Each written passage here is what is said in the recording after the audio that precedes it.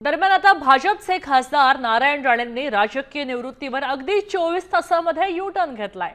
जर मी रिझल्ट देऊ शकलो नाही तर मी माझ्या पदाचा उपयोग काय असं म्हणत त्यांनी निवृत्त होणार नाही असं स्पष्टीकरण केलंय।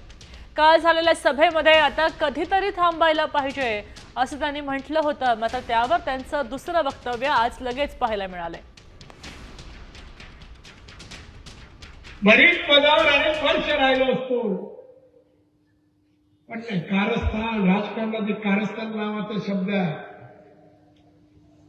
तेव्हाही अडचण आली, मला आत्ताही आली, पण आता मी ठरवलं या शब्दाला पूर्णविराम द्यायचा, आपण घरी बसायचं।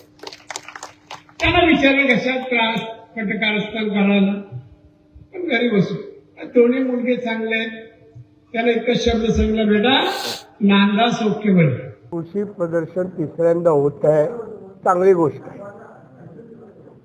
असं नाही, वाक्य माझं नीट बघा ना, माझं वाक्य असं जे चाललं, जर मी रिझल्ट लोकांना देऊ शकलो नाही तर माझ्या ह्या पदांचा उपयोग काय, मग मी विचार करेन असं वाक्य। निवृत्त होतो असं नाही, जर माझ्या पदाचा उपयोग जनमानसाला होत नसेल आणि होऊ देत नसतील तर पूर्णविराम।